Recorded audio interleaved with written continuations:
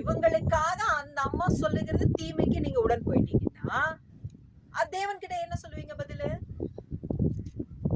கணவனா இருந்தாலும் மனைவியா இருந்தாலும் 2 பேருமே லிசன் பண்ண வேண்டியது. தீமை சொல்லவும் வேண்டாம், செய்யவும் வேண்டாம், உந்து தள்ளவும் வேண்டாம், நிர்பந்தப்படுத்தவும் வேண்டாம். நம்ம என்ன பண்ணுவோம்? நேர்மையான முறையில, நீதியான முறையில நம்ம வாழும்போது நம்ம பிள்ளைகள் அவங்க தான் நெக்ஸ்ட் ஜெனரேஷன், நெக்ஸ்ட் சொசைட்டி அவங்க தானே. சொசைட்டியை மாற்றுவோன்னு சொல்லி ஒரு பெரிய ஒரு இன்டென்ஷனோட, சாக்ரிஃபிஷன் லவோட லட்சம் பேர் கோடி பேர் புறப்பட்டு வந்தாலும் என்ன ஆகும் தெரியுமா?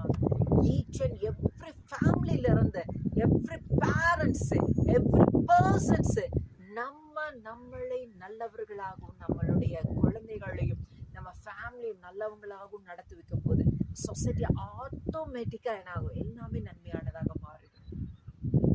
அதுதானே நம்ம ஆசைப்படுறோம். என் நல்ல ஃப்ரெண்டோட சேர்ந்து